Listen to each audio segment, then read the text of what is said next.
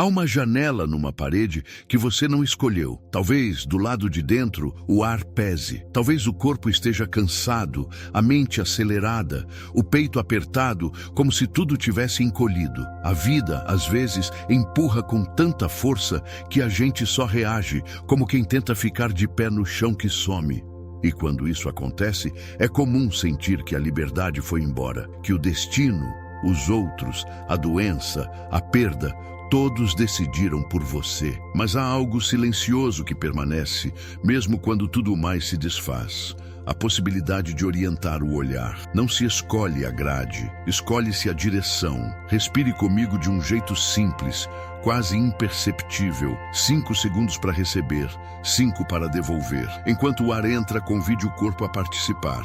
Relaxe a mandíbula, suavize os ombros, permita que o abdômen se mova um pouco mais livre. O coração, quando respira assim, conversa melhor com o cérebro. Essa conversa serena diminui o alarme interno e devolve um fio de presença. Não é mágica, é fisiologia a serviço da alma. E é aqui, nesse encontro entre o que você sente e o que você escolhe sentir, que a vida começa a se reorganizar. A liberdade não grita, ela sussurra, e quase sempre sussurra no ritmo da sua respiração. Talvez você esteja atravessando um luto, uma separação, um diagnóstico, uma falência de planos. Talvez tenha passado a viver no modo sobreviver, e cada manhã pareça uma repetição sem cor. Eu sei, quando a dor se instala, toda frase parece pequena demais. Não vou minimizar o que sangra, nem transformar feridas em slogans. O sofrimento é real. Há momentos em que tudo em nós pede abrigo. E ainda assim, nesse mesmo lugar, a vida convida para um gesto mínimo de coragem. Escolher a atitude com que você vai habitar o inevitável. Não é negar a dor, é dar a ela uma direção. Não é controlar o mundo. É recuperar o pequeno pedaço controlável. E por incrível que pareça, esse pedaço muda tudo. Existe um tipo de cansaço que não vem do corpo, mas da alma. O cansaço de perseguir alívio e acordar mais oco, de colecionar distrações e perder o fio do sentido. Quantas vezes a felicidade se transformou em jaula porque você a tratou como um objetivo e não como consequência? O que a experiência humana nos mostra é que o coração encontra descanso não quando se garante prazer, mas quando se compromete com um porquê que o ultrapassa, que o chama pelo nome e lhe pede presença. A felicidade, quando vem, costuma vir enquanto você está ocupado em amar, em criar, em servir. Primeiro o sentido, depois talvez a alegria mansa que o acompanha. Há também a ansiedade que projeta tudo para amanhã. A cabeça corre, o corpo trava, os dias passam numa ruminância de quando eu puder, quando eu for, quando der. Só que a esperança, quando é esperança de verdade, não é espera inerte, é verbo que se conjuga no agora. Não precisa ser grande, precisa ser honesto. Um micro compromisso que caiba nas próximas 12 horas. Uma ação que dependa de você. Um valor que fique visível no gesto. O farol não corre até o navio no nevoeiro. Ele permanece aceso. E ao permanecer, orienta. Ao permanecer, oferece direção a quem se perdeu. Talvez a sua dor tenha virado personagem principal, ocupando todos os cômodos da casa. Quando isso acontece, ficamos tentados a 2 extremos: idolatrar o sofrimento, como se ele nos definisse, ou fugir dele, como se negá-lo nos curasse. Nenhum nem outro devolvem dignidade. O que devolve é a transformação silenciosa que faz da dor uma obra, não uma identidade. Coragem não anestesia, coragem coloca a dor a serviço. É olhar para o que se quebrou, nomear o valor que foi ferido e então honrá-lo em outra direção. O ouro não é ouro apesar do fogo, é ouro por causa do fogo bem atravessado. Entre a pose de herói e a paralisia de vítima, há um caminho estreito e verdadeiro. A coragem discreta de ser responsável. Responsável não é quem carrega o mundo nas costas, é quem escolhe com inteireza os seus sims e os seus nãos. Às vezes performamos força para não sentir. Outras vezes performamos impotência para não escolher. Mas a vida pede outra coisa. Pede contato honesto com limites. Pede consentimento com a própria finitude.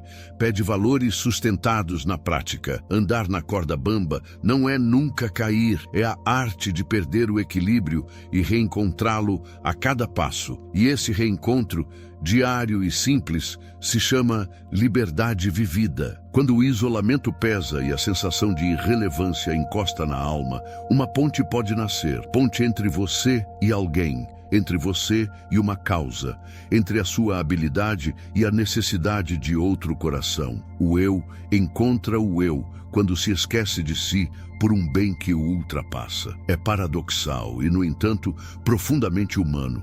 Ao servir, você se descobre. Ao contribuir, você se reencontra. Procurar sentido apenas olhando para dentro é como tentar ver o próprio rosto sem espelho. Às vezes, o espelho é o outro. Às vezes, o espelho é a obra. Talvez a sua história tenha rachado. Talvez a biografia que você contava para si mesmo tenha sido interrompida por um acontecimento que não pediu licença. Não é possível apagar a dor, nem voltar a ser como era. Mas é possível recontar, não como fantasia que varre os cacos para debaixo do tapete, e sim como reautoria que integra as perdas ao que permanece. A cerâmica reparada com ouro não volta a ser igual, volta a ser inteira de outro modo.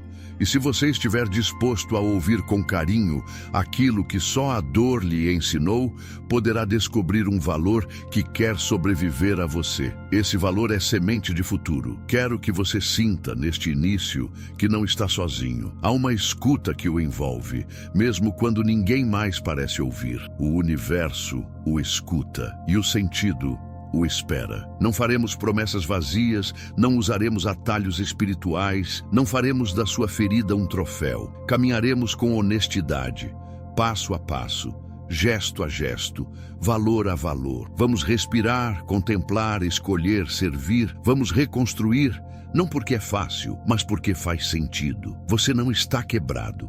Está em transformação. Antes de seguir, permita-se um pequeno rito. Coloque a mão no peito. Sinta o calor da palma.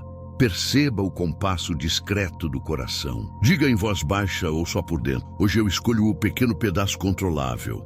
Hoje eu escolho a direção do meu olhar. Hoje eu escolho manter meu farol aceso, mesmo no nevoeiro. E se exatamente aqui, no lugar onde o controle termina, a sua liberdade começar? No começo, parece que alguém puxou o tapete sem aviso e o corpo ficou suspenso no ar por um segundo que dura semanas. A sensação de que tiraram o chão chega pelos músculos, pelo estômago, pelo peso nas pálpebras. Vem como um empurrão do mundo. Acontecimentos atropelam, notícias se acumulam, expectativas desabam e a vida vira uma sequência de reações. Nesse território, é comum acreditar que a liberdade se foi com o controle, que a escolha se foi com a segurança, que a dignidade se foi com a perda. Mas existe um espaço íntimo, quase secreto, que persiste, um núcleo de silêncio em que a pergunta não é como escapar, mas como responder. É aí que a última liberdade se acende. Ninguém pode decidir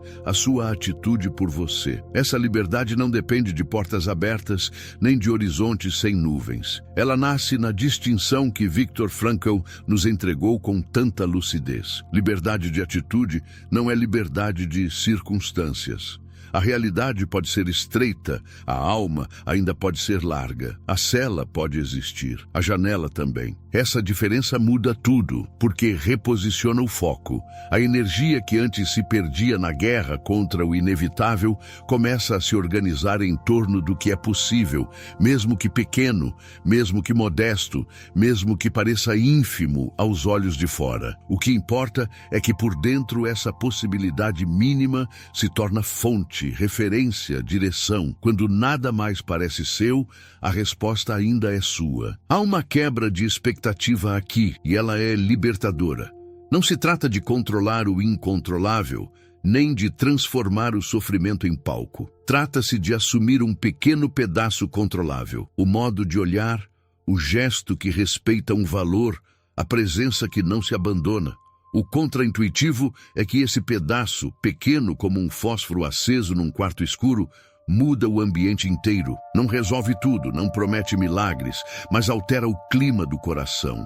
E com o tempo, altera as escolhas, as conversas, a forma como o corpo caminha pela própria história. A atitude não apaga a dor, ela lhe oferece sentido. E quando a dor encontra um sentido, a experiência se reconfigura por dentro. Talvez seja possível perceber ao longo do dia 3 vias pelas quais o sentido se apresenta, mesmo quando a vida está confusa. Uma via de criação, algo que você ainda pode oferecer, por menor que pareça. Um cuidado, uma competência, um tempo dedicado. Uma via de experiência, algo que você ainda pode contemplar e amar. A luz que atravessa a cortina de manhã, o aroma de café, o rosto de alguém, uma música que devolve cor. E uma via de atitude, a postura com que você se coloca diante do que não pode mudar. Respeito pelos próprios limites, gentileza com a própria história, coragem para sustentar o que importa. Quando essas 3 vias se tocam,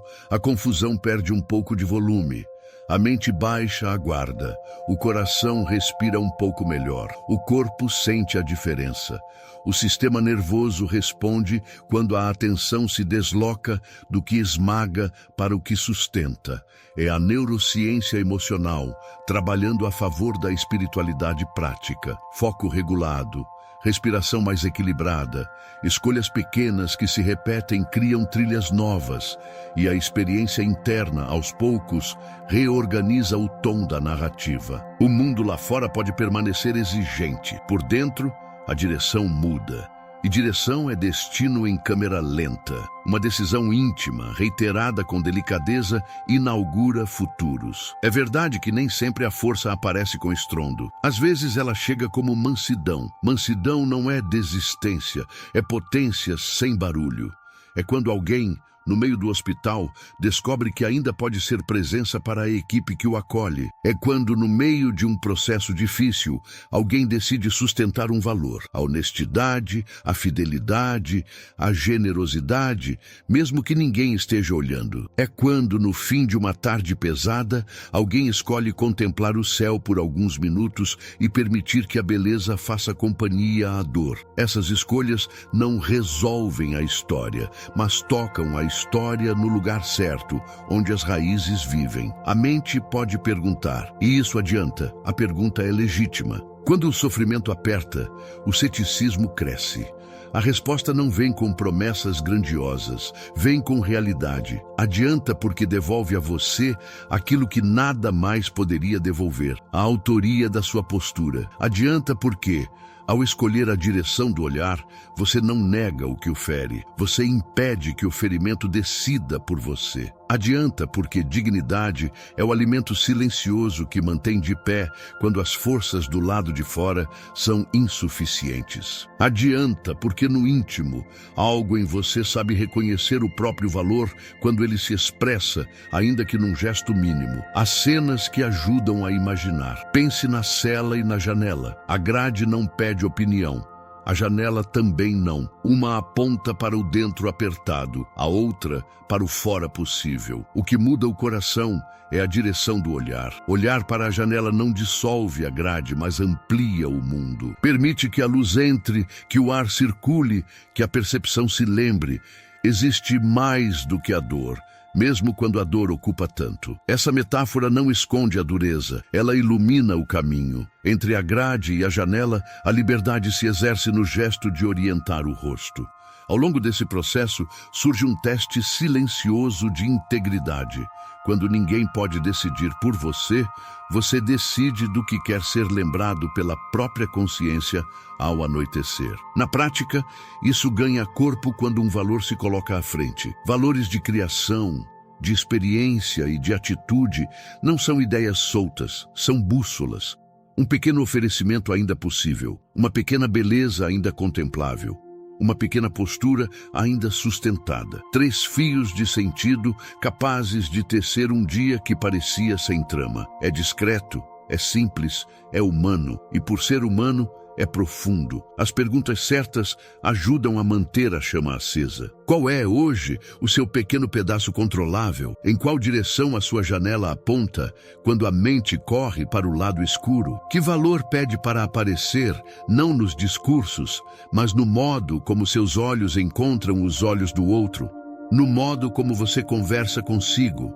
No modo como você atravessa os corredores do próprio dia? Há uma dignidade íntima em sustentar essas respostas, mesmo que ninguém saiba, mesmo que ninguém aplauda. A liberdade de atitude tem essa nobreza. Ela não depende de plateia, ela depende de consciência. No fim, o que permanece é a lembrança de que a vida, apesar das perdas, ainda pode ser escolhida no detalhe. Não para ser controlada pela força, mas para ser honrada pelo valor. Não para ser negada na dor, mas para ser atravessada com significado. A última liberdade não é um grito de vitória, é um sussurro de fidelidade a si mesmo. Quando você o escuta, o chão que faltava não volta de uma vez, mas um outro chão começa a nascer. O chão da resposta, o chão da presença, o chão da atitude que ninguém pode tirar. E é sobre esse chão, firme e silencioso,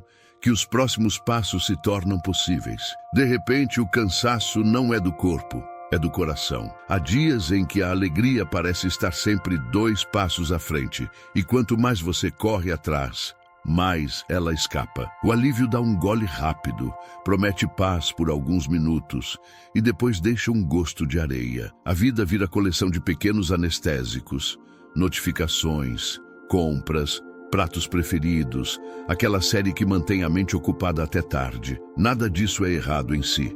São gestos humanos de quem está tentando respirar. O problema começa quando essa busca vira jaula, quando, em vez de nutrir, esvazia. É como beber água do mar. Mata a sede por 1 minuto e, em seguida, seca o que ainda restava de frescor. A experiência mostra que há camadas diferentes no desejo. Uma deseja prazer, outra deseja poder, e há uma, mais funda, que deseja significado. Viktor Frankl chamou essa força íntima de vontade de sentido. Ela não condena o prazer, não demoniza o sucesso, não rejeita o conforto. Apenas lembra que quando o prazer vira objetivo final, ele cobra um preço alto demais. O corpo até agradece a faísca química da recompensa rápida.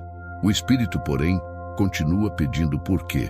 No cérebro, a euforia instantânea acende e apaga como um estalo. No coração, o que sustenta é a coerência entre o que se faz e o que se honra. Sentido é esse alinhamento silencioso que, quando aparece, reorganiza o clima interno. Primeiro o porquê, depois o brilho. Primeiro o vínculo, depois a alegria que o acompanha sem ser chamada. Há uma delicadeza em admitir o vazio sem se envergonhar dele. O vazio não é fracasso, é sinalizador. Ele mostra que algo essencial ficou sem alimento. Costuma apontar para 3 direções esquecidas: a de servir, a de pertencer e a de criar. Servir não como martírio, mas como contribuição que reconhece a necessidade do outro e encontra eco no próprio peito. Pertencer, não como fusão, mas como laço que acolhe presença e verdade. Criar, não como performance, mas como expressão singela de quem imprime marcas de vida na vida. Quando uma dessas direções fica silenciosa por tempo demais,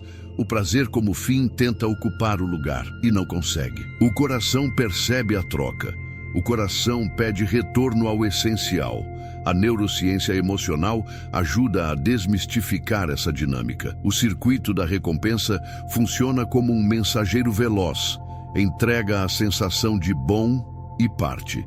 Se não houver uma narrativa maior que dê contexto, a mente começa a pedir doses crescentes desse bom para manter o mesmo nível de bem-estar, enquanto, paradoxalmente, o bem-estar se torna mais raso. Já quando uma ação está conectada a valores, a experiência recruta outros sistemas: atenção sustentada, memória afetiva, sensação de utilidade, pertencimento. O resultado não é um pico alto e curto, é uma ondulação mansa e duradoura. A alegria aqui não explode, ela permeia. É por isso que felicidade, quando é perseguição, se transforma em fadiga. E quando é subproduto, se transforma em descanso. Subproduto de quê? De vínculo com um significado que excede o indivíduo. Há quem descubra essa ligação num cuidado silencioso, como preparar um alimento com afeto para alguém. Há quem encontre num trabalho bem feito que entrega dignidade às pessoas. Há quem sinta no momento em que escuta de verdade um amigo em crise. O denominador comum é simples e grandioso. Por alguns instantes, o eu deixa de ser centro e vira canal. E quando o eu vira canal, a vida flui. Algumas pessoas criam um gesto de lembrança para não se perder no ciclo do prazer sem porquê. Chamam às vezes de diário água doce. Ao terminar o dia, registram 3 momentos em que serviram algo maior do que elas. Uma pessoa, uma causa, uma obra, um cuidado. Não são façanhas, são atos discretos, quase imperceptíveis aos olhos do mundo. O efeito não aparece como fogos de artifício. Aparece no dia seguinte, na forma de um humor um pouco mais estável, de um cansaço menos pesado, de um olhar que enxerga beleza onde antes passava batido. A repetição suave desses registros cria trilhas internas. O cérebro aprende a reconhecer a doçura do que realmente nutre e o coração aprende a confiar nesse caminho. Talvez venha a pergunta: e quando nada grande acontece? E quando a rotina é cinza, as notícias são duras, o futuro é incerto? Justamente aí, o sentido mostra sua força silenciosa. Ele não depende de grandes eventos. Depende de coerência. Coerência entre o valor que você honra e o modo como atravessa as horas comuns. Coerência entre o cuidado que você acredita e a maneira como trata quem cruza seu percurso.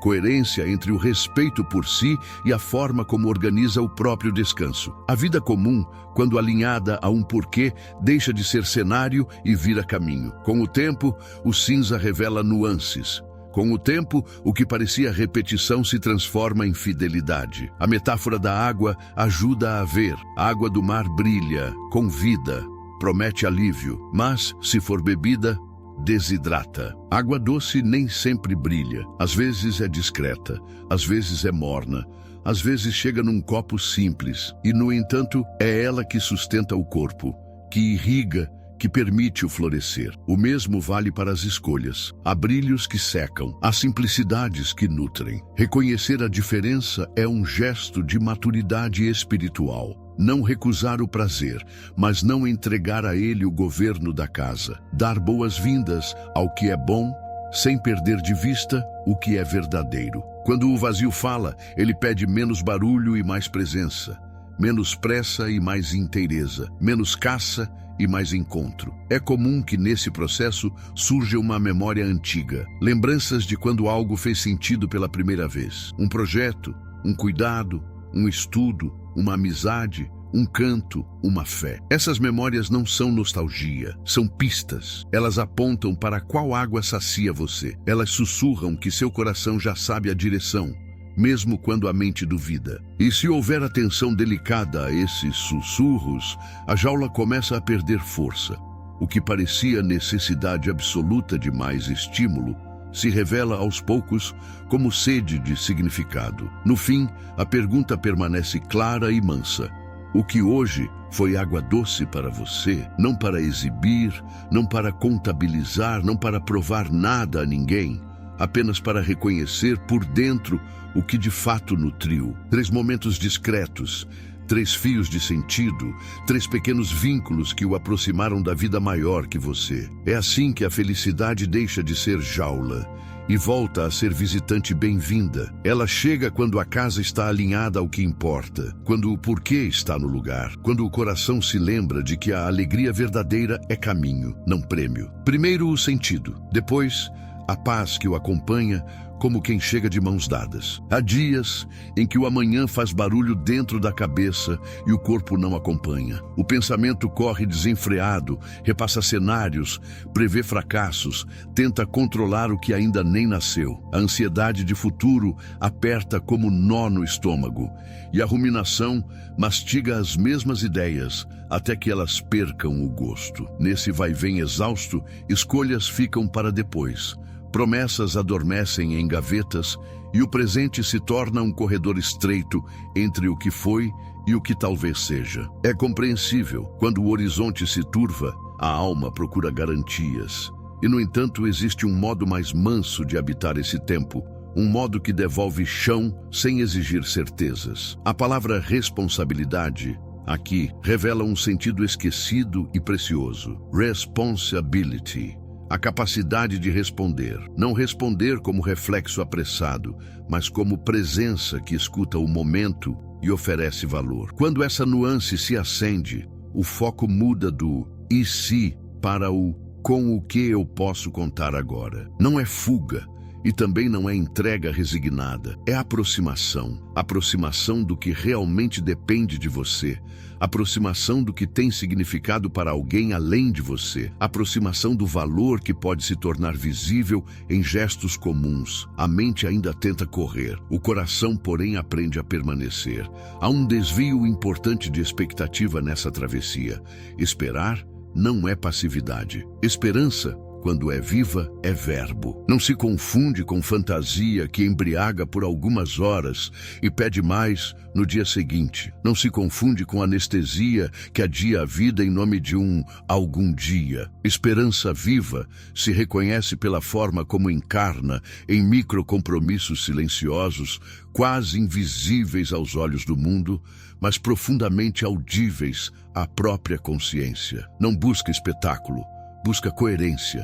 E quando encontra coerência, cresce por dentro, como brasa que se alimenta da própria fidelidade. A neurociência emocional conversa com essa experiência de um jeito concreto. O sistema nervoso relaxa quando encontra previsibilidade no gesto escolhido e executado com inteireza. A plasticidade do cérebro se reorganiza ao redor de trilhas que se repetem. A química do bem-estar deixa de depender apenas do pico e passa a se nutrir da constância. Um microato coerente, realista, possível, pequeno, tende pontes entre intenção e presença, entre valor e ação. O resultado não é um clímax, é um assentamento. O corpo percebe que há direção, a mente encontra um ponto de apoio, a alma respira. 3 perguntas costumam clarear o nevoeiro e, quando aparecem, fazem luz suficiente para o próximo passo. O que realmente depende de mim nas próximas 12 horas? Para quem isso terá sentido? Qual valor estará visível nessa ação? Não são enigmas existenciais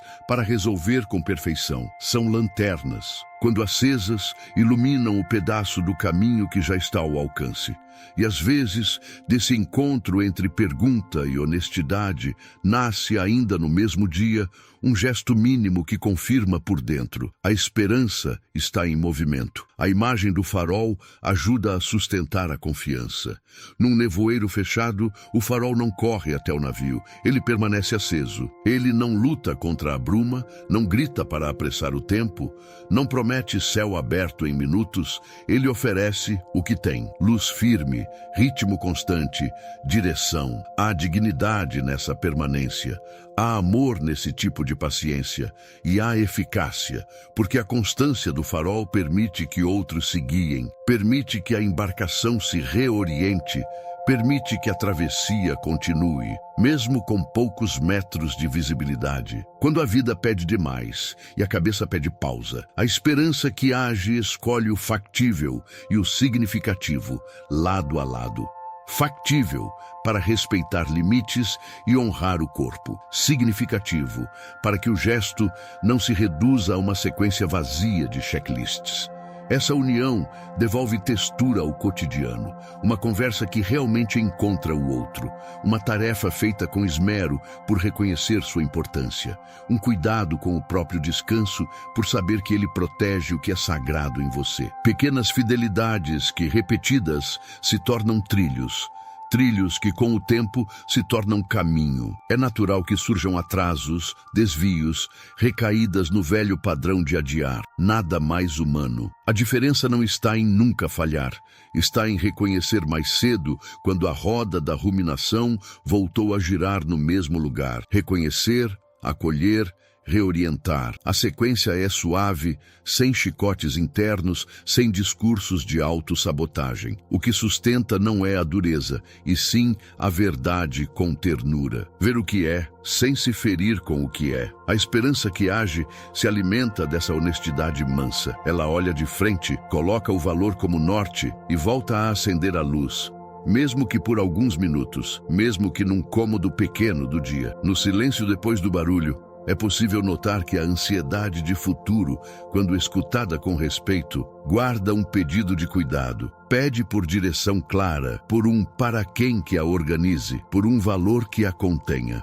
E quando esse pedido é atendido com simplicidade, algo se assenta. O horizonte talvez continue incerto, mas o próximo passo deixa de ser ameaça e volta a ser caminho. É assim que o agora se torna habitável sem trair o futuro, porque o futuro começa a nascer, discretamente, dentro do agora que recebe sentido. E nesse nascimento, a esperança deixa de ser palavra grande e vira presença pequena, constante, firme, acesa. Há dores que entram em casa e de tão intensas vão rearrumando os móveis. Tomam a sala, escolhem a cadeira, acendem e apagam as luzes como se mandassem em tudo. Com o tempo, viram personagem principal. O dia gira em torno delas, as conversas também. E quando isso acontece, dois caminhos costumam aparecer. Um que transforma o sofrimento em altar, como se ele fosse a medida de quem somos. Outro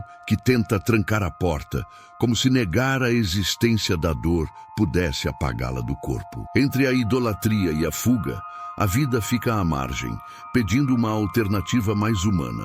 Reconhecer o que fere sem lhe oferecer trono, acolher o que pesa sem permitir que ele defina a identidade.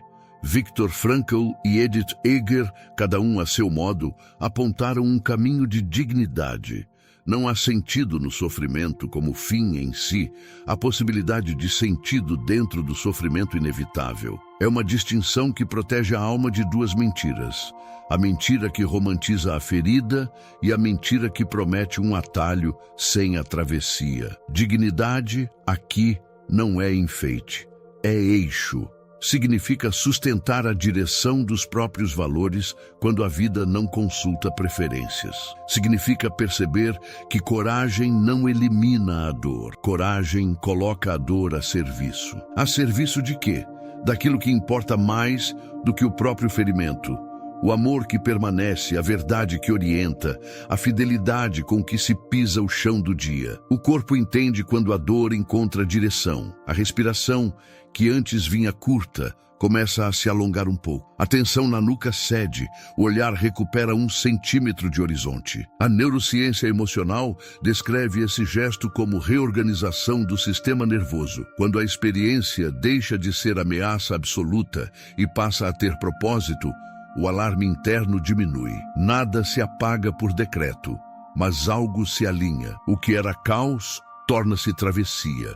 E travessia não é ausência de tempestade, é presença de sentido. Há quem desenhe em si um mapa sutil para essa transformação. Um mapa com 3 movimentos simples e profundos que começam por onde a verdade começa. Dar nome à perda. Nomear não amplia a ferida. Delimita, coloca contorno onde havia apenas sombra. Depois, reconhecer o valor que foi traído pelo acontecimento. O amor ferido no luto, a confiança ferida na falha, a justiça ferida na injustiça sofrida. Quando o valor é visto, ele volta a respirar. E então, um terceiro movimento se insinua, quase sempre pequeno. Um gesto que honra esse mesmo valor em outra direção. Do luto, nasce uma mentoria que acolhe quem chega depois. Da falha, nasce uma contribuição que evita que outros tropecem no mesmo ponto. Da injustiça, nasce cuidado redobrado com os vulneráveis. O acontecimento não muda, a relação com ele muda. A mente pode resistir, perguntando se não seria ingenuidade. Não é. Ingenuidade seria negar que o ferimento existe ou forçar sorrisos, como quem coloca tinta fresca numa parede rachada. O que acontece aqui é outra coisa, uma arte antiga de transmutação que não troca chumbo por ouro por mágica, mas por percurso. O símbolo é conhecido. O ouro não é ouro apesar do fogo. É ouro por causa do fogo bem atravessado. Esse bem atravessado não tem brilho de vitrine. É feito de noites silenciosas, conversas verdadeiras, pausas respeitosas, trabalho miúdo que devolve utilidade às mãos. O resultado não é espetáculo, é inteireza. Em muitos relatos, uma cena se repete com variações. A pessoa chega ao limite, percebe que não dá para voltar e nesse exato ponto escolhe sustentar um valor como quem acende uma vela. Pequena chama, luz suficiente para os próximos passos. Às vezes, essa vela ilumina um compromisso com a presença.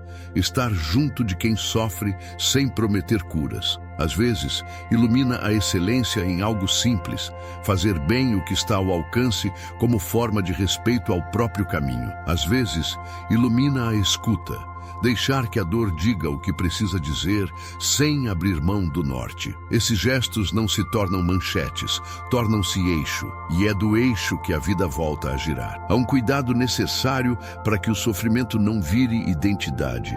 A atenção às narrativas que contamos sobre nós mesmos. Narrativas se repetem e, ao se repetirem, colam. Quando tudo o que se conta é o dano se confunde com o nome. Quando tudo o que se conta é a superação épica, a força performática esconde o que ainda treme por dentro. Entre essas polaridades, existe uma forma mais honesta de narrar. Incluir a dor sem absolutos, incluir a coragem sem pedestal. Aconteceu comigo, doeu em mim. E ainda assim, há algo em mim que escolhe permanecer ligado ao que vale a pena. Essa frase não pede aplauso, pede fidelidade. A espiritualidade prática oferece uma lente para essa fidelidade. Não se trata de recitar fórmulas, mas de habitar uma postura. Postura que reconhece um campo de sentido maior do que os próprios eventos. Postura que se alinha a esse campo por meio de gestos concretos e simples.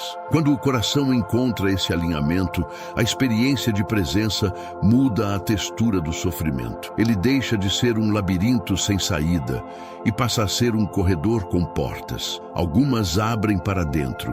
Descanso, silêncio, lágrimas que lavam. Outras abrem para fora. Serviço, contribuição, cuidado que circula. O ir e vir entre essas portas sustenta a travessia. Em certo momento, torna-se possível olhar para trás, sem culto e sem negação. O que aconteceu não define o todo, mas o todo reconhece o que aconteceu. As cicatrizes, e elas contam a história de alguém que suportou, aprendeu, ofereceu. Contam a história de um valor que insistiu em permanecer. Contam que a dignidade foi escolhida em dias comuns, por meio de gestos discretos, sem fotografia. E quando uma cicatriz conta essa história, ela vira assinatura. Não a assinatura da dor como identidade, mas a assinatura da alma como obra. No cotidiano, a diferença aparece em detalhes. A conversa que não gira eternamente em torno do ferimento, mas também não o desqualifica.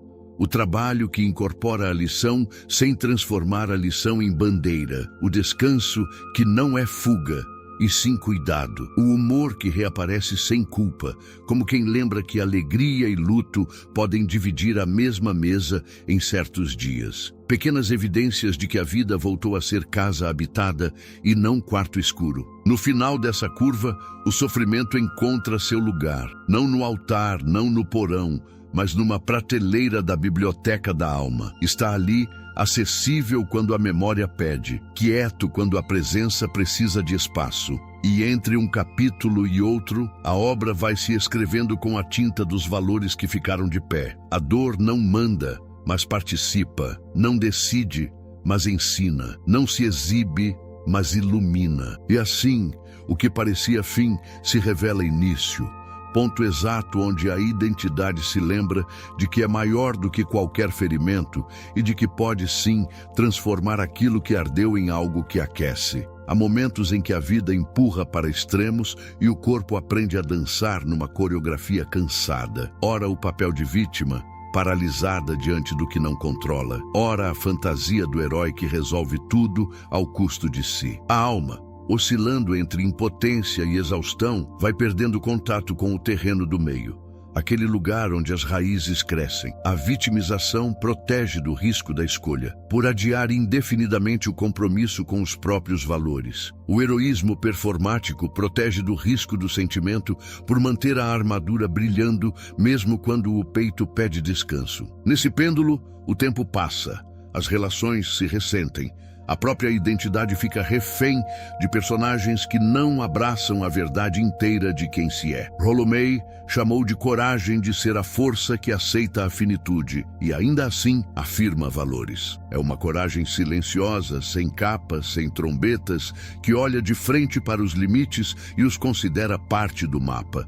Não falhas do mapa. Em vez de negar a própria vulnerabilidade, ela a integra. Em vez de prometer onipotência, ela reconhece dependências saudáveis. Em vez de dramatizar a dor, ela a escuta. A partir desse reconhecimento, a responsabilidade deixa de ser peso moral e passa a ser liberdade concreta. A possibilidade de responder ao que a vida apresenta com um norte que faça sentido. Responsabilidade, assim, não é carregar tudo. É distinguir o que é seu de sustentar e o que pertence ao fluxo do mundo, sem abandonar a dignidade em nenhuma das frentes. Há uma quebra de expectativa que liberta nesse caminho. O herói, tantas vezes aplaudido, pode ser fuga. Fuga do luto que pede pausa. Fuga da conversa difícil que pede ternura. Fuga da própria humanidade que pede compaixão. A pose da força tende a silenciar a dor legítima e a conta chega em forma de cansaço crônico, irritabilidade, distanciamento afetivo. Por outro lado, a narrativa de vítima, tantas vezes compreensível, pode se tornar esconderijo para não arriscar escolhas, para não nomear valores, para não caminhar um passo possível no terreno que resta. Entre um extremo e outro, existe um espaço maduro, onde o sujeito não é esmagado pelo que lhe acontece, nem se inflama com a fantasia de salvar tudo. Ele se orienta por aquilo que acredita, no ritmo que cabe, com a inteireza que é possível. O corpo reconhece quando essa orientação se estabelece. A respiração alinha o compasso. A musculatura desarma a vigilância desnecessária. O olhar recupera textura no entorno. A neurociência emocional descreve a autorregulação que nasce de escolhas coerentes com valores. A espiritualidade prática descreve a serenidade que surge quando o gesto participa de algo maior do que a própria imagem. Não é a ausência de conflito que marca essa mudança, é a presença de critério. Critério para dizer sim ao que preserva o que é sagrado por dentro. Critério para dizer não ao que sequestra a alma, mesmo que pareça urgente, mesmo que prometa aplausos. Critério para sustentar com mansidão a própria verdade. Ao longo das semanas, algumas pessoas criam uma referência íntima para lembrar do próprio eixo. Dão a esse movimento um nome simples, quase doméstico, ritual de autorização interior. Em algum momento tranquilo, escrevem 2 pilares curtos e francos. Um não inegociável e um sim inegociável para a semana. Não é lista, não é catálogo de metas, são guardiões.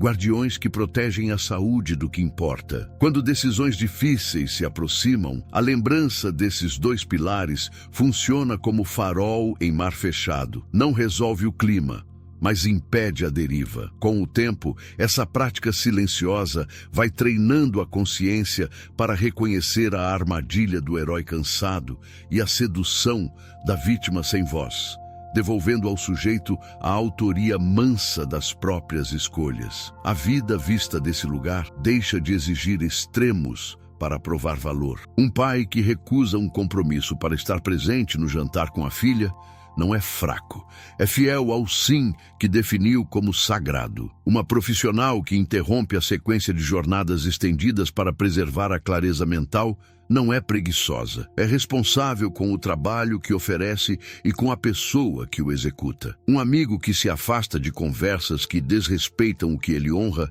não é rígido, é honesto com a própria alma. Esses gestos não pedem plateia, porque a dignidade neles contida encontra sua recompensa na paz interna, não na aprovação externa. E, curiosamente, é essa paz que sustenta contribuições mais generosas e duradouras ao redor. A imagem da corda bamba traduz a realidade de quem escolhe esse caminho.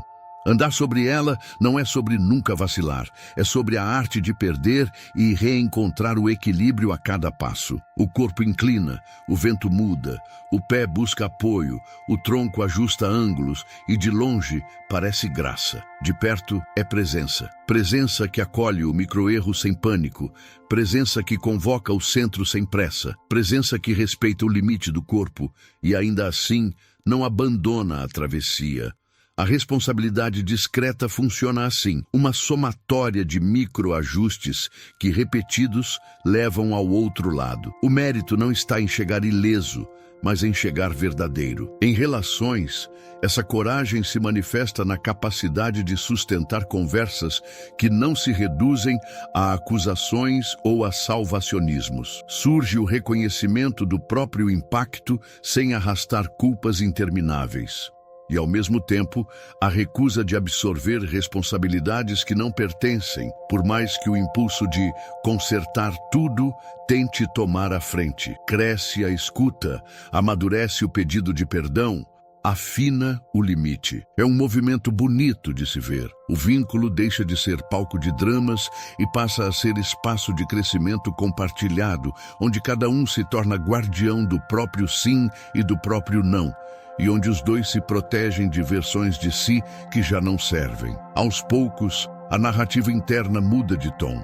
Em vez de "eu sempre salvo", aparece "eu me responsabilizo pelo que é meu e confio no processo". Em vez de "eu sempre sofro", aparece "eu reconheço o que aconteceu comigo e escolho como respondo". O pronome continua no singular, mas o alcance se expande, porque o sujeito se percebe como parte de algo mais amplo: família, comunidade, obra, tempo. Nesse reconhecimento, a vida devolve algo que estava faltando: pertencimento sem fusão, autonomia sem solidão, serviço sem autoabandono. E quando isso acontece, o rosto descansa, o coração confia, a caminhada ganha cadência. No fim, a coragem discreta de ser responsável não levanta bandeiras, não produz slogans, não precisa de testemunhos épicos. Ela se mede em tardes comuns, em decisões que ninguém vê, em escolhas que preservam o que é essencial por dentro. Entre a vítima e o herói, nasce alguém inteiro, capaz de chorar sem naufragar, capaz de agir sem se perder, capaz de dizer sim com afeto e não com respeito. E é desse alguém que a vida precisa para continuar a tecer, com fio firme, o sentido que sustenta. Em certos dias, a alma se sente fora de foco, como se o mundo passasse rápido demais, e ao mesmo tempo, por dentro, tudo estivesse parado. O isolamento não se mede pela quantidade de pessoas ao redor, mas pelo silêncio que se instala quando o próprio valor parece invisível. É uma sensação conhecida, estar presente e ainda assim não se sentir contado, fazer esforço e ainda assim duvidar da relevância, preencher agenda e ainda assim carregar uma espécie de ausência. Nesse vazio, a pergunta não é somente quem está comigo, mas a quem eu pertenço. Em que obra maior as minhas mãos encontram lugar? Há um instante em que o coração intui uma resposta antiga e bela. A vida volta a pulsar quando o eu deixa de ser centro e se torna ponte. Viktor Frankl chamou esse movimento de autotranscendência, palavra grande para um gesto simples e profundamente humano. A pessoa se encontra quando se esquece de si por alguns momentos, não por abandono, mas por ligação. O eu não desaparece e ganha contexto, deixa de orbitar em torno de suas próprias carências e passa a se orientar por um bem que o ultrapassa. Nessa troca de órbita, algo se reorganiza por dentro. O corpo percebe a diferença. A respiração encontra cadência, o peito afrouxa, o olhar recupera brilho. Não há milagre repentino, há coerência nova. E essa coerência atua como antídoto para a sensação de irrelevância, porque oferece ao coração o que ele mais busca: participação. A espiritualidade prática reconhece esse instante como um ponto de inflexão silencioso, em que o sentido deixa de ser ideia e se torna circulação. Circular é a palavra. Quando o cuidado que você carrega encontra o lugar certo de entrega, a energia que antes ficava represada começa a fluir, e ao fluir, cria caminho. O que parecia peso se transforma em tração. O que parecia solidão se transforma em vínculo. O que parecia insignificante se transforma em assinatura. A neurociência emocional descreve uma dança semelhante. A experiência de contribuir ativa redes de pertencimento e recompensa de forma mais estável do que a busca isolada por gratificação. Na prática, o corpo agradece com uma calma que não estoura, mas sustenta. Servir algo maior não é se sacrificar até desaparecer, é se alinhar até florescer. Há uma diferença essencial entre o martírio que esgota e a doação que nutre. O primeiro ignora limites e, no fim, cobra de todos um preço alto. A segunda conhece a própria medida e, por conhecê-la, consegue permanecer. Permanecer com presença, não com culpa. Permanecer com inteireza, não com heroísmo. Permanecer com uma bondade que não invade e não se abandona. Quando esse ajuste interno acontece, a contribuição vira expressão de identidade e não de carência. O rio encontra força porque cede e flui, não porque se acumula em si mesmo. Muitas histórias começam com um gesto pequeno, quase invisível aos olhos de fora, que ainda assim inaugura uma ponte. Um telefonema semanal para quem anda esquecido. Uma habilidade oferecida num projeto comunitário. Um tempo de escuta para alguém que perdeu o mapa. Uma presença fiel ao lado de quem atravessa a noite longa. Nada disso aparece como manchete. Aparece como transformação no contorno do rosto, no modo de caminhar, na luz que volta aos olhos. Porque nesses instantes, o para quê fica nítido. E quando o para quê fica nítido, a vida devolve a sensação de que o dia teve peso específico, de que a existência produziu calor, de que o amor encontrou uma forma concreta. Há quem se sinta intimidado por essa linguagem, como se servir algo maior exigisse vocações extraordinárias, feitos grandiosos, convocações oficiais. A realidade é muito mais doméstica e, por isso mesmo, mais profunda. O sentido gosta do que é próximo, do que tem nome, do que tem rosto.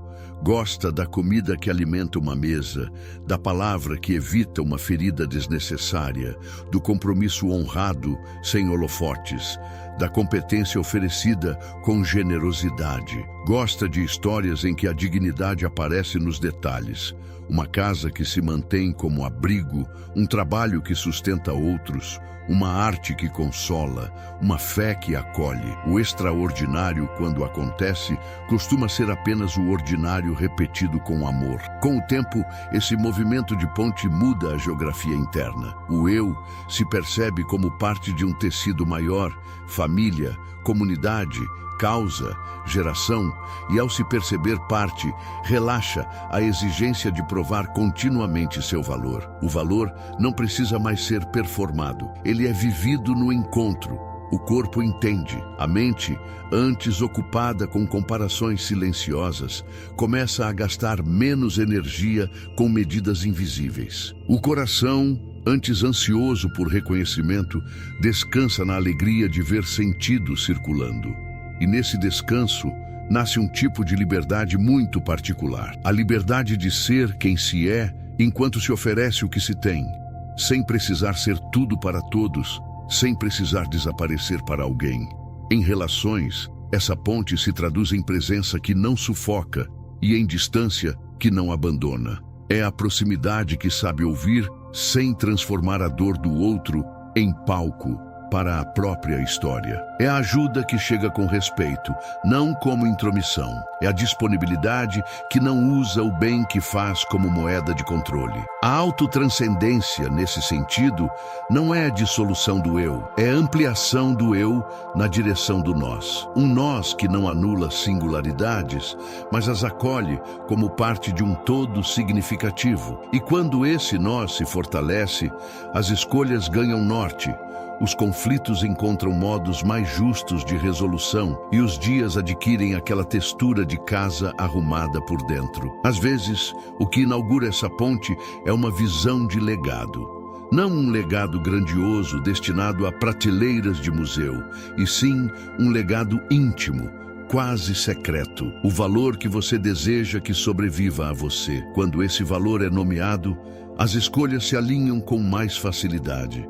A agenda começa a refletir aquilo que importa, os vínculos se tornam mais intencionais. O trabalho recebe outra medida de cuidado, o descanso passa a ser proteção do que é sagrado. O legado aqui não é sobre marca pessoal, é sobre continuidade de sentido. O rio segue porque encontra leito, e o leito existe porque tantas margens decidiram não colapsar. Há também os dias em que a ponte precisa ser construída em direção a si mesmo para então alcançar o outro. Dias em que a contribuição começa na gentileza com a própria história, na reabilitação do corpo cansado, na reorganização do entorno para que o melhor de si possa circular. Isso não é egoísmo, é preparo. Uma ponte só suporta travessias quando suas bases estão firmes.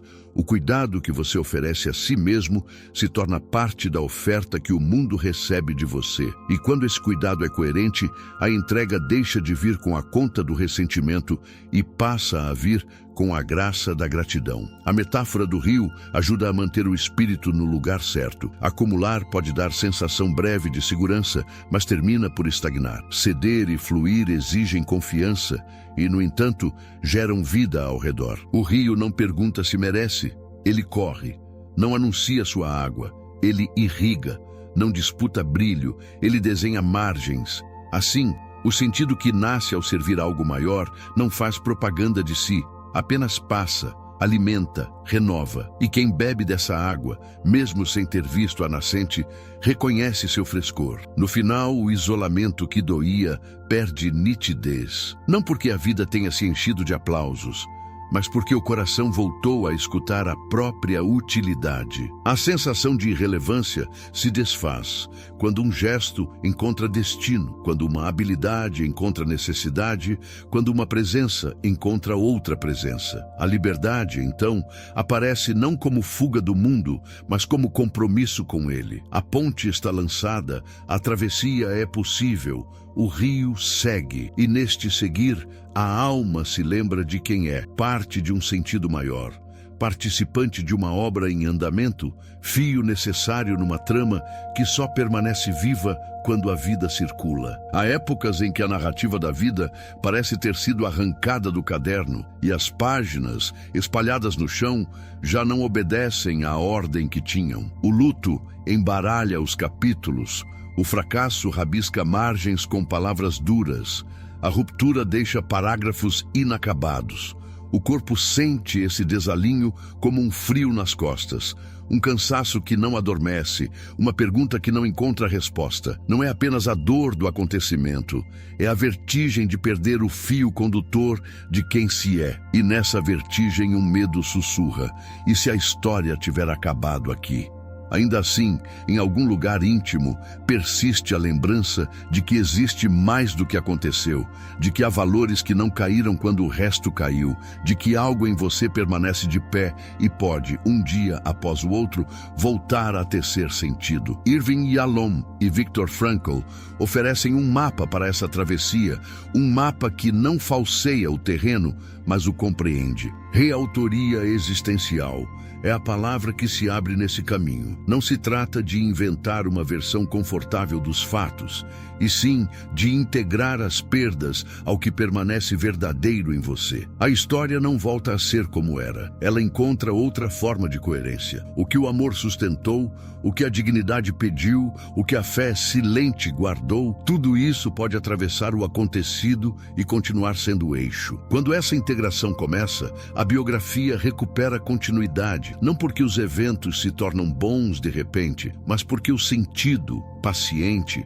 aprende a fazer lugar para eles sem se dissolver. Há uma quebra de expectativa que liberta nessa etapa. Fechar ciclo não é esquecer, muito menos varrer cacos para debaixo do tapete emocional. Fechar ciclo é recontar com verdade e responsabilidade. Verdade, para que a dor não precise gritar para ser reconhecida. Responsabilidade, para que a narrativa não se torne acusação eterna, nem indulgência que congela o crescimento. Esse recontar pede ritmo próprio. Às vezes, acontece em silêncios longos. Às vezes, acontece numa conversa sussurrada com alguém de confiança. Às vezes, aparece numa imagem que acolhe melhor do que qualquer frase. O importante é que a história seja reconhecida por quem a viveu, com as sombras que a compõem e com as luzes que a atravessaram. O cérebro participa desse processo de um modo discreto e poderoso. Quando uma lembrança retorna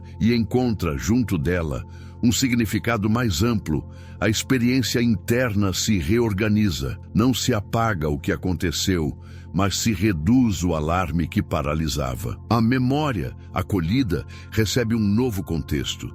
A emoção respeitada perde parte do excesso que inundava. O corpo, aliviado, permite que outras sensações voltem a existir ao lado da cicatriz.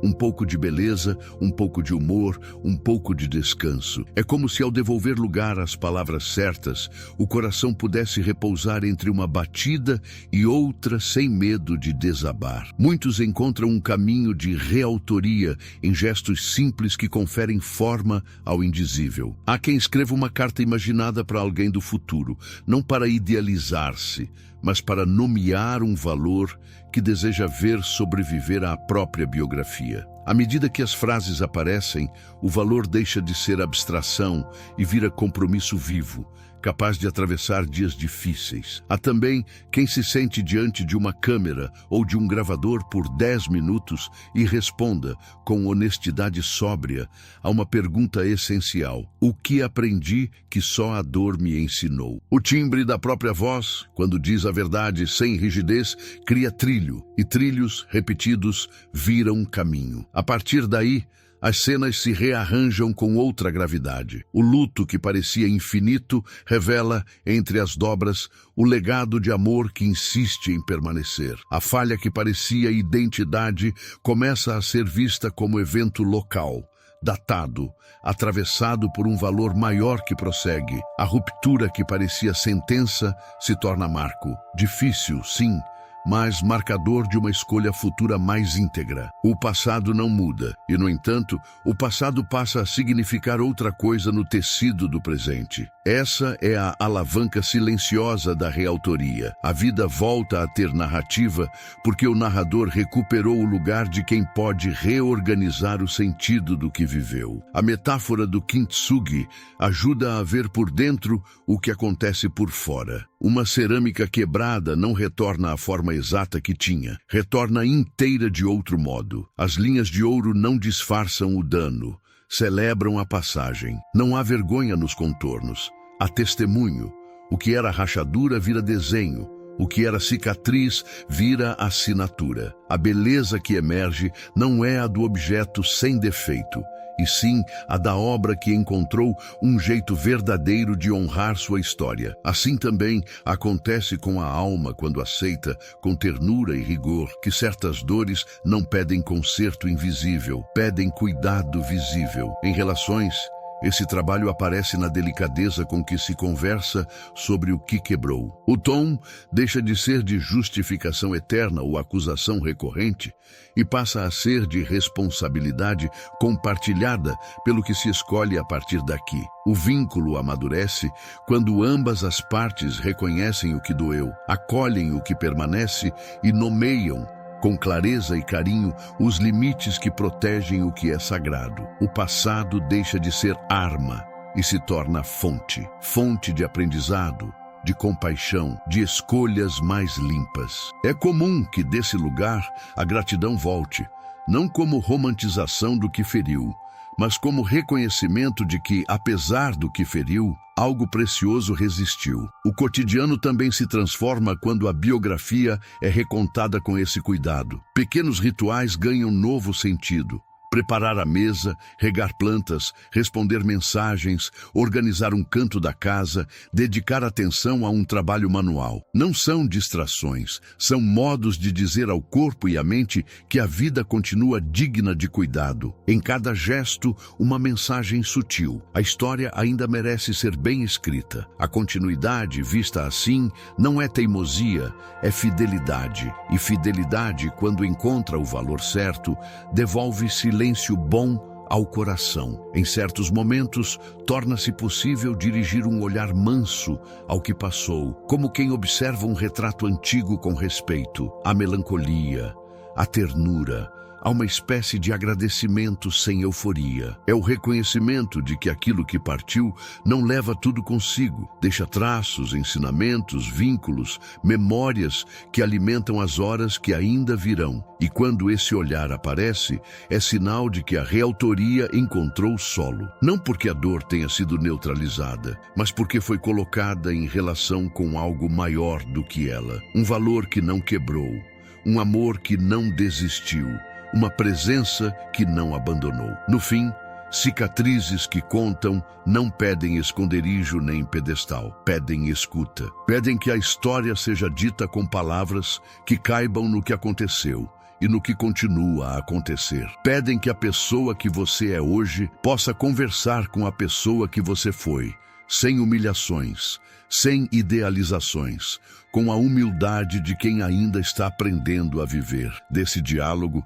nasce uma biografia inteira de outro modo, não perfeita, mas fiel, não imune à dor, mas íntima do sentido, não linear, mas bela na sua trama de perdas e permanências. E é nessa beleza imperfeita, atravessada por ouro e por marcas, que a liberdade encontra um lar possível. Talvez, ao chegar até aqui, algo em você esteja mais silencioso. Não é ausência de dor, é presença de sentido. A jornada deste encontro tocou em fios que atravessam a condição humana. A liberdade de atitude que ninguém pode tomar em seu lugar. A sede de significado que não se sacia com brilho. A esperança que se conjuga no agora. A dor que se transforma quando encontra direção. A coragem discreta que substitui personagens por verdade. A ponte que nasce quando o eu se abre ao nós. A biografia que se recompõe sem apagar cicatrizes. Tudo isso não forma uma receita, forma um chão. E sobre esse chão, a vida volta a caminhar. Se fizer sentido, deixe o corpo participar do encerramento com suavidade. Uma respiração mais funda, sem pressa, pode acompanhar a memória do percurso. Enquanto o ar vai e vem, imagine a cena que nos acompanhou desde o início. Uma janela numa parede difícil. A grade continua onde está. A janela também. Em silêncio, pode-se notar a diferença que faz a direção do olhar. É nesse gesto íntimo, quase invisível por fora, que a liberdade se torna experiência e não apenas ideia. A neurociência chamaria de autorregulação, a espiritualidade de coerência do coração. Ambas descrevem o mesmo fenômeno. Quando a presença se alinha a um valor, o corpo agradece. E o mundo interno encontra ritmo. Os aprendizados deste caminho gostam de se lembrar uns dos outros. A vontade de sentido, de Frankl, conversa com a prática cotidiana de pequenos compromissos. O diário que registra águas doces dialoga com a percepção de que a alegria é subproduto. O farol que permanece aceso sustenta a postura diante do nevoeiro. O mapa de transmutação dá contorno à coragem que coloca a dor a serviço. O sim e o não inegociáveis protegem o que é sagrado. O projeto Ponte impede o isolamento de endurecer. A carta de legado e a entrevista de vida devolvem autoria à narrativa. Não é necessário abraçar tudo ao mesmo tempo. Basta que um fio seja cuidado com honestidade para que os outros se aproximem, como quem puxa devagar uma rede e descobre que ela ainda está inteira. Talvez venha o impulso de perguntar se a mudança vai dar certo. Perguntas assim merecem respeito. A resposta aqui não se mede em promessas e sim em fidelidade. Fidelidade ao pequeno pedaço controlável. Fidelidade ao valor que pede expressão hoje. Fidelidade ao vínculo que o chama pelo nome. O resto é tempo. E o tempo, quando encontra presença, trabalha a favor. A experiência mostra que quando os gestos se tornam coerentes com o porquê, algo se assenta, mesmo que o mundo externo demore a acompanhar. É a paz mansa de quem sabe que está plantando na direção certa, ainda que a colheita venha com outra estação. Há um cuidado gentil a ser guardado, permitir que alegria e dor coabitem sem competir. Há dias em que o coração vai rir no mesmo lugar em que chorou. Não é contradição, é saúde. A vida rara vez se apresenta em tons puros. Entre o claro e o escuro existe um território onde as cores convivem, e é nesse território que a dignidade floresce. Quando a alegria vier, que venha sem culpa. Quando a tristeza vier, que encontre abrigo. Quando o cansaço chegar, que seja acolhido como sinal. E no meio disso, que o sentido continue aceso, como uma vela que conhece a própria chama. Se surgir abertura, um gesto de imaginação pode fechar este encontro com delicadeza. Visualize um farol ao entardecer. O céu não está limpo, o mar não está calmo. E ainda assim existe luz. Uma luz que não grita, que não disputa com a tempestade, que não exige que o horizonte se apresente. Ela cumpre sua natureza, iluminar o que alcança. Nesse quadro, talvez seja possível reconhecer a sua própria natureza quando está alinhada ao que acredita. A luz que você oferece não precisa alcançar tudo, precisa alcançar o que está ao alcance. É o suficiente para orientar a travessia de hoje. A despedida carrega uma última lembrança, simples e profunda. A liberdade final do ser humano é escolher sua atitude diante de qualquer circunstância. A partir dela, a felicidade deixa de ser caça e passa a ser consequência. A esperança deixa de ser espera e passa a ser verbo. O sofrimento deixa de ser altar e passa a ser matéria-prima. A responsabilidade deixa de ser fardo e passa a ser caminho. O serviço deixa de ser martírio e passa a ser fluxo. As cicatrizes deixam de ser vergonha e passam a ser história. E quando a história é contada com verdade e ternura, a vida se lembra de que, mesmo quando tudo parece perdido, algo essencial continua encontrável. Que a janela permaneça janela, que o farol permaneça aceso, que o valor permaneça visível nos gestos comuns. E se alguma pergunta precisar ficar como companhia, que seja esta, tranquila e luminosa, e se a sua liberdade estiver começando exatamente onde termina o seu controle.